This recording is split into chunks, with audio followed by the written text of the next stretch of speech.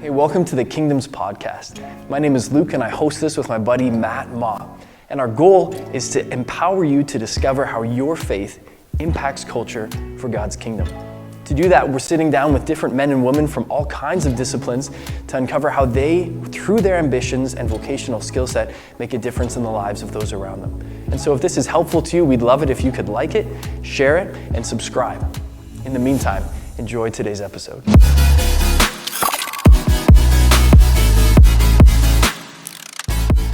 Well, hey, everybody. Thank you so much for joining us for today's conversation on the Kingdoms Podcast. I'm here with my co-host, Matt, and really grateful to be joined by Toni Nieuwhof. Toni, thanks for making the time to be here today. Hey, it's my pleasure. Thanks for having me. Well, we are really looking forward to our conversation together. If you don't know Toni, she's got a background in law, but hosts the Smart Family Podcast, is a speaker, and has also written a book, Before You Split, that we're really excited to be able to talk through today, that has a ton of wisdom and practical applications for our lives. But before we get ahead of ourselves, Toni, would love to hear a little bit about the really significant step you took into this sphere of podcasting and writing and speaking. As we mentioned, you gave a lot of your career to working as a lawyer, and so stepping into speaking, podcasting, and writing, that's a courageous decision. That's a big change in some ways, and would just love to know what really motivated that change. What was the heart behind that, especially your work in developing the Smart Family Podcast as well as writing Before You Split? Yeah, well, I have to give you the short version, Luke. I was practicing as a family lawyer, and I had the motivation of helping people walk through a difficult time. I mean, we need Christians who walk with people in all the different circumstances and venues of life. And so as a family lawyer, I always work to resolve the legal issues, but do it in a peaceful way, to act as a peacemaker, to keep my eye on the needs of the kids. And as I was doing that work, I had some clients who came back to me at the end of the day and said, I remember one man in particular who looked at me with tears in his eyes just after he signed off his divorce agreement. And he said, if only I'd known then what I know now, I would have worked harder to save my marriage. So when he said that and other people said that, it also reminded me that Carrie and I went through a long, difficult period in our marriage. I could have easily been standing in his shoes, saying the same thing. And it just gave me a sense of urgency to both allow people to see their options more clearly. When you're in that place, when you reach that struggling place in your marriage, and we were there for a long time, Carrie and I, it's hard to know what to do because you have the impulse to run away from the pain, but you also, you made vows for a reason. Yeah. And so in that place, I just wanted people to see more clearly that divorce probably isn't going to look and feel the way you think it will. Or for people who haven't reached that point, just some awareness of what the options are if you reach a struggling place. And then on the other hand, what are the solutions? Like Carrie and I went through a great big long learning curve. And by the grace of God, we've made it from the lowest of lows to a place where our marriage is honestly transformed. And I couldn't be more thrilled. Wow. And some of the solutions and things that we've learned along the way, I would have loved to have known about 25 years ago. Right. So basically, I wanted people to have that clearer view of what to do and what to anticipate and what the solutions could be. That's great. And at the outset of your book, you really point to a struggle that so many of us can relate to. I'm sure that maybe all of us can relate to this because it's such a human problem, right? We're so quick to see the flaw in somebody else. But it's so difficult to reflect and see our personal shortcomings. So as we think of this, how can couples really work to foster a culture of self-reflection and personal growth rather than acting out of harsh criticism? Wow, that is the $1,000,000 question. Yes. It's not easy, but I think when Carrie and I reached that place where we did have too much harsh criticism, we needed more self-reflection. I remember hearing a message. I believe it was Andy Stanley who was speaking, and he pointed to the scripture of 1 Peter 5, starting at verse 5, where Peter says, all of you clothe yourselves with humility toward one another, for God opposes the proud, but shows favor to the humble. Yeah. And I think that posture of humility is not easy to foster. I wouldn't pretend that it is. I mean, if we take Peter, for example, I think Peter is just such a compelling example and a compelling apostle to say, to give that teaching, because he suffered the hard knocks. Like, he learned it through experience. He was the one who boldly said to Jesus, when Jesus had explained to the disciples that he was going to face opposition and even death, and he would die and be raised again, Peter said, "Never, Lord." Yeah. Boldly oppositional, and so Peter went through that growth curve where he had to learn humility and surrender, and he knew everything that went along with it. So he said, clothe yourselves. You have to make an effort to put on clothing. It's not our natural state. You actually have to expend some energy. And so I love that he puts it in that term. And he also points out that, we're wired, many of us are wired in ways that, we can have tunnel vision and maybe have a controlling tendency, or, this feeling that, I'm right and you're wrong. And so he goes on to say, cast your anxiety on him, for he cares for you. He knows that at the root of it is this fear that you're going to have to push through if you're actually going to move from that proud, bold place to the humble place. And so he tells us to, cast that anxiety on God, because that'll also be part of the equation. Yeah. Wow, that's such a rich answer. Yeah. Recognizing the key role that humility plays, but also letting go of those things that maybe we hold on to, like you said, control or our preferred way for the sake of kind of dictating the course of a conversation or dictating the course of a relationship. Thank you for that, Toni. I as I was reading through your book, which for listeners, check it out. It's so helpful and practical. There was a few different times I noticed you using the phrase "fighting for we" over "fighting for me," and I appreciated that, because I know sometimes when I've engaged with books on marriage or relationships, sometimes you can get a false sense that if you have a really healthy marriage relationship, you're just never going to have conflict. You're never going to butt heads. You're never going to fight. And then when you do fight, it can be quite discouraging. And so this phrase, fighting for we over fighting for me, really hit home for me. And I wonder, would you be able to unpack that quote?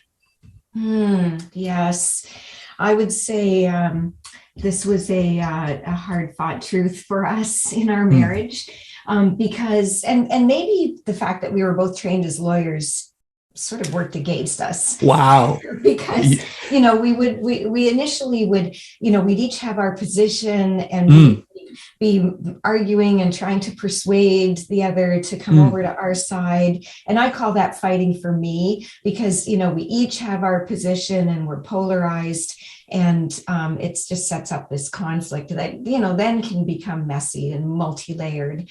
So fighting for me, I think sometimes we almost set up a problem as if the solutions are binary. That there's, if there's my position and your position, we forget all about the creative potential that we're born with and designed with to bring out multiple solutions. It's not just binary in most cases. Sometimes it is, but in many Yeah. cases, there are way more options, but we get stuck in these polarized positions. But rather than fighting for the thing that I want, what I need to do is adjust the importance of my preferred solution and adjust upward the value of a solution that we can both live with. Yeah. Because if we go through the process and come up with something that both of us can buy into, even if it's not my initial ideal and it's not my husband Carrie's initial ideal, then the value of having gone through the process of keeping our bond intact, of maintaining peace, it is far greater usually than whatever it is that you happen to be arguing over. Yeah. Yeah. I so appreciate that, Toni, because that really translates to any relationship in terms of that heart set of saying, how can we together work towards a shared resolution to this, and has implications for friendships and church communities and beyond. And I just appreciate how it acknowledges the organic nature of relationships, rather than just saying, here's my way, we've got to make it happen, to say, we're creating a relationship together. Like, this is an organic thing. It's a beautiful thing. How are we moving towards that together? So yeah, thank you for those insights. Yeah. Usually it means that you need to work on how you communicate. Because like you pointed out before, it's inevitable. If you are actually engaging in this relationship, you are going to have differences. Yes. You're not even intended to have all the same opinions and all the same beliefs. You're going to have some differences if both of you have the freedom to express them. And I think part of growing together and growing a closer bond is learning how to really listen, and how to even reach a place where you can say, well, I guess maybe we have to agree to disagree on this point, and be okay with it, because you don't really want a spouse who's a carbon copy of yourself. That would become terribly boring, in my opinion. Yeah, that's great. So, just this idea that the relationship itself is so much more significant and so much more important to fight for than whatever the issue is at hand. And oftentimes in those fights, we can become overwhelmed by anger and frustration. And that can really turn us to feel really hopeless about the relationship and not just the situation that we're dealing with. But you write in your book that this might actually be a sign, a good sign, that anger and frustration. So you say, as much as you may think your anger, loathing, and deep distress are signs that your relationship is irreparable, they're actually signs that you're still invested at some level. The opposite of love isn't hate, it's indifference. And if you aren't there yet, you may have more hope for a restored marriage than you think. If these feelings are signs that somebody is still invested, even something like hate or anger, what are the best practices then to invest in for the sake of restoring that marriage? There are so many different ways to invest, but maybe I'll just give a few stop and starts. So I think when you're in that place, where your feelings are that strong, it's important to stop whatever it is that you're doing that is causing damage to your relationship. So, having blowout arguments, making ultimatums, you need to stop that. You need to stop bringing any of the dysfunctional features of your conflict into the family space in front of your kids. So create some boundaries so that is not leaking over in what I'm talking about. When kids are lying in bed, you think that they can't hear, but oftentimes they can hear. And so if there's something really important, make sure that the kids are out of the house at the time, or you've been able to go out somewhere and leave the kids with someone else. So important to stop those things. Also important to stop focusing on how you might escape. Because if things have reached that point, that it's natural for that pain to cause you to start thinking about, what would it be like to leave? Yeah. Or talking about terms of divorce. I think it's important to slow it down and focus first on some of the things that I would say you should start. So the first and foremost, the first thing you want to start doing is search out your part in whatever the primary issue is, whatever it is that you're saying, it's all his fault or it's all her fault. If he would only stop doing this, or if she would only start doing that, wind that one back and look at, what is one small part of this that I can own? Even if you believe that it's like 80% their fault and 20% my fault. Yeah. Focus in on the 20% and go as far as to bring it before God. Search out, is there any scripture that speaks to this? What part of this can I really own? And ask God, Jesus, please shine your light on whatever darkness there is in me, so I can see it. And pray for the power of the Holy Spirit so you can make that change and you can take the brave step of apologizing. So all of those things are, I think that's a wonderful way to start. And as well, I think many of your listeners may have heard about love languages. Yeah. And I think we know about love languages, but we don't always have it top of mind and deliberately try to show love to your partner according to their love language. I know certainly this happens to us over time. Carrie and I clearly know each other's love languages, but we'll still, if we're not really thinking about it and not being intentional, we'll still default to our own love language when we're trying to show love to the other person. Yeah. And I think the other thing to start is to just see if there's some activity that you can share together that will break up the pattern that you've been experiencing. So I think it's good to have a disruptor, to have an activity that you both are interested in, along with some boundaries, of course, that you're also, when you do it together, you're not going to be sarcastic. You're not going to be talking about family business. And, so that it's a space that really is just to try to let go and be safe with each other and do something that disrupts the negative pattern that you might find yourself in. Yeah. Toni, can I ask, that's a great idea. What have some of those activities been for you and Toni?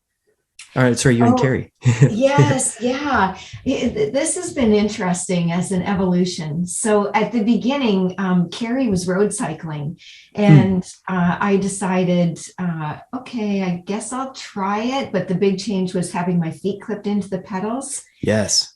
So I fell 5 times in the first season. Oh, no. Just forgetting that my feet were clipped in. Fortunately, a few of those times were on like loose gravel or grass, pavement. Still not super fun. Yeah, but I discovered that even though I did it for Carrie, I discovered over time that there was something in it for me too. And it's funny, the other day, Carrie was mentioning that he bought a canoe for me for our our 30th wedding anniversary. Oh, wow. Congratulations. Yeah, thank you. So he went out on the lake expecting that, this was going to be an hour or two of drudgery, but I'll put up with it, and discovered that there was something in it for him. Now, I think he loves it more than I do. Wow. Wow. Oh, those are great. I'm all about canoe, like big long canoe trips being sweet marriage counseling. There's no getting away, like you gotta work. Yes. As long as you both have a certain level of, you're good with it. Yes. True say. True say.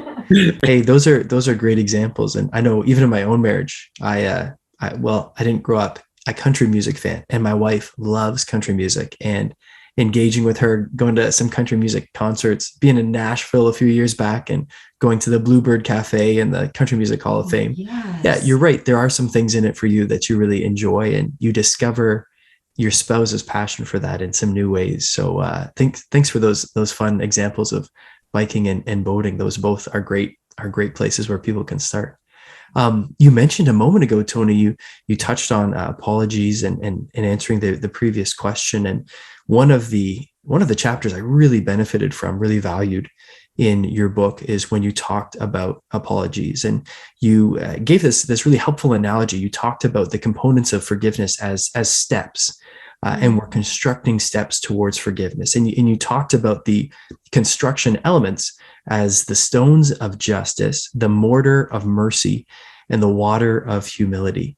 And so I wonder, could you walk through this analogy and help our listeners understand what it looks like to implement justice, to be a person of mercy, and to embrace humility, ultimately with the goal of showing true forgiveness? I like to envision building a practice of forgiveness in your marriage as building those steps. And I'll just throw in one little comment about your question. I don't know that it's realistic to implement justice. So when I talk about justice, it's really just a way of responding to our innate feelings that, there has to be justice, like that we have to be a part of it, or we need to see a reflection of it somehow. But God's the only just judge. God's the only one who's ever actually going to bring about justice. But this sense of justice that we need, I think leads to, if we're clashing and we're not really clearing the air and getting grievances out of the way as we go along, they tend to pile up, and they can leave you in a negative space. They certainly did for Carrie and I, because we were clueless as far as building a habit and a practice of forgiveness.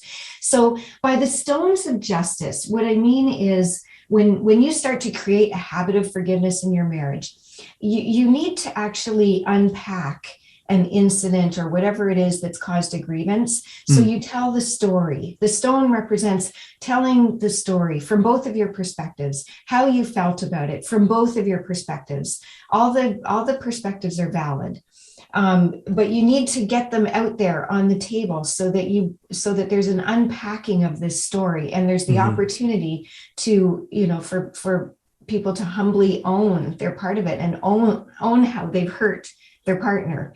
Yeah. And then the mortar of mercy is about being able to see your partner with eyes of compassion as a human who has strengths, but also weaknesses. And then the water of humility is what holds it all together. It's the ability to look at yourself, to face that pain of facing your own faults and weaknesses, and also with self-compassion.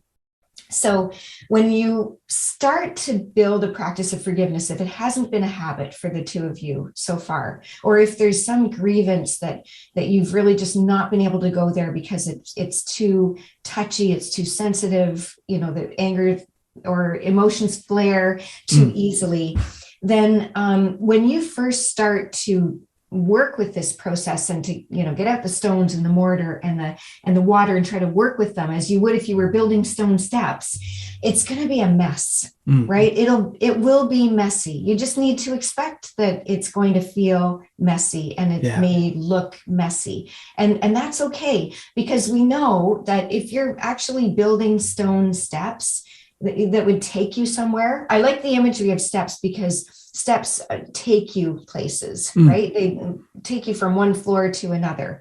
And so when you build them and when you do it the first time, you're building those steps, it's a messy process. But the more you actually walk over them after they are already constructed, then it becomes easier and easier. And these become well-worn steps. And then your marriage relationship stays relatively free of grievances. Yeah. And so those steps will take you to higher ground. You may be struggling on, feeling like you're at a rock bottom place or at a lower place in your marriage.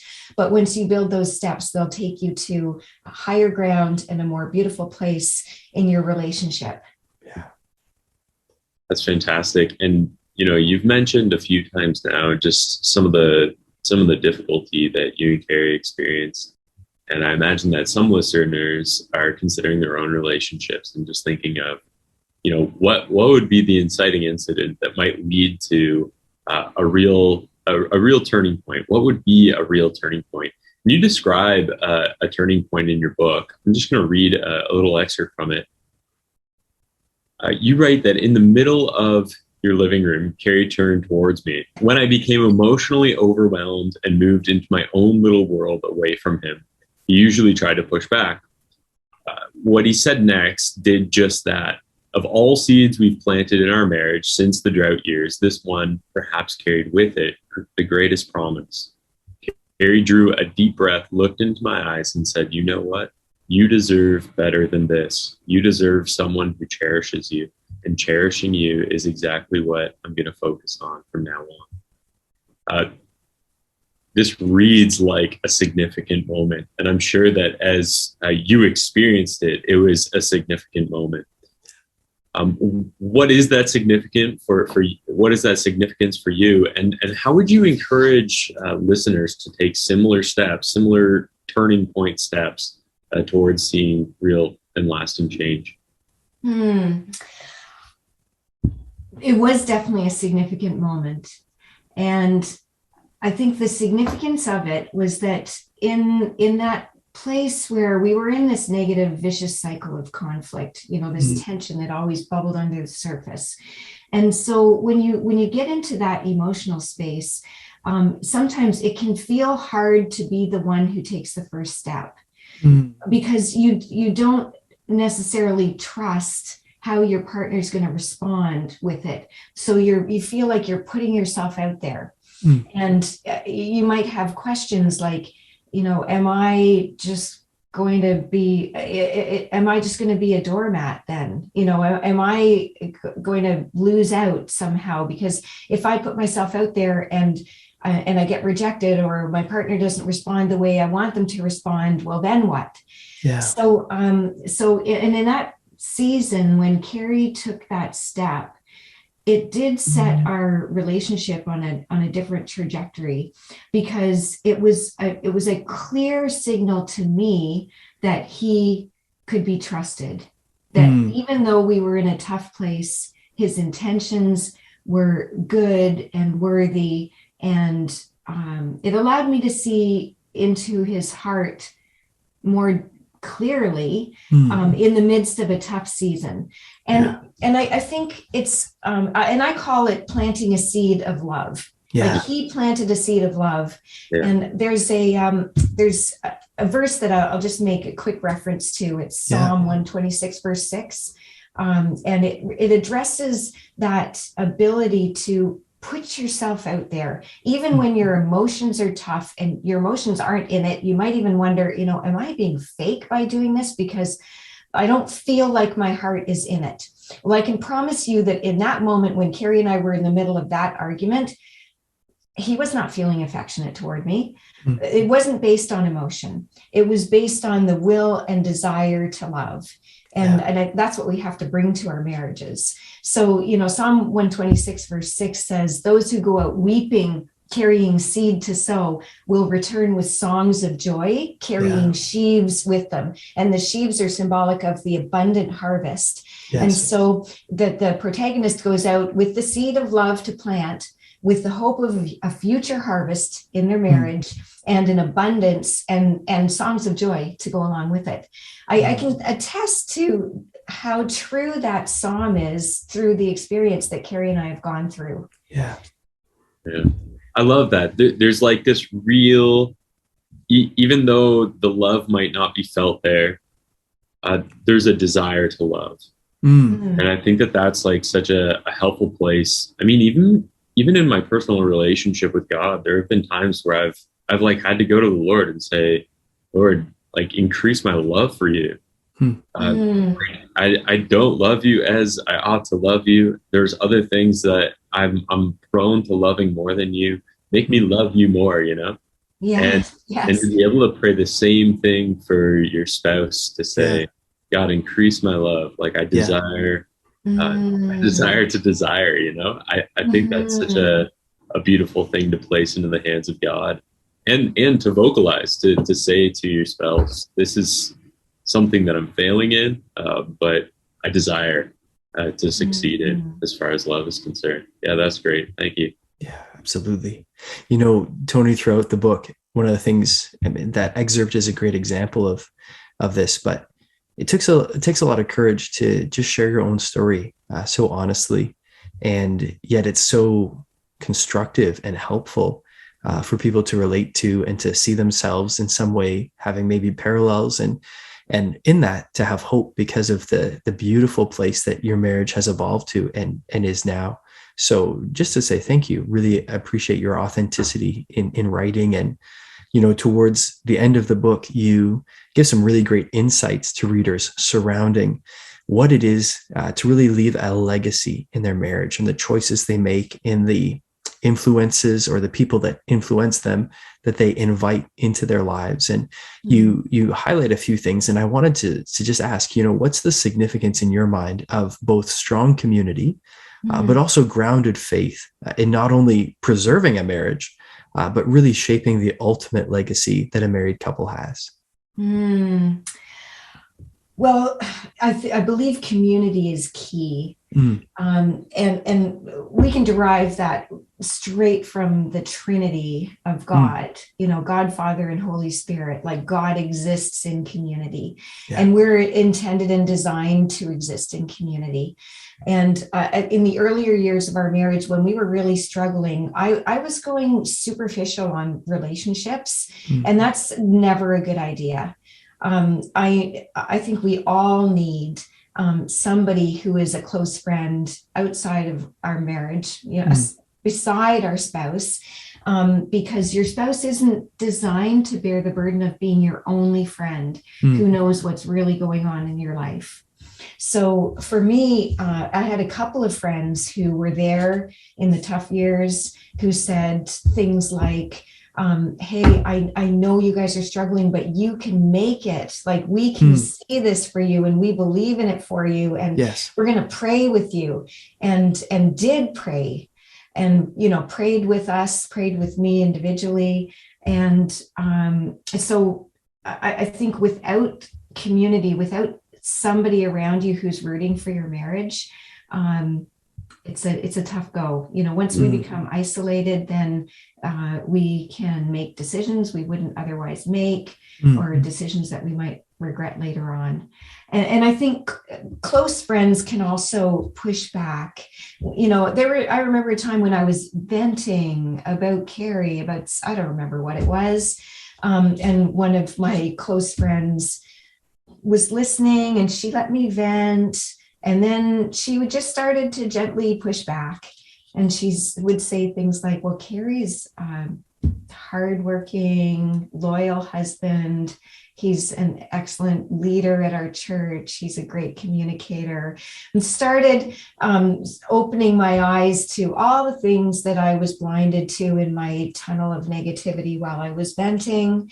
mm, And I think we need friends who will help expose our blind spots, who will have the courage to push back when they can see that, you know, we're heading in a direction that's ultimately going to be unhelpful or even destructive. yeah.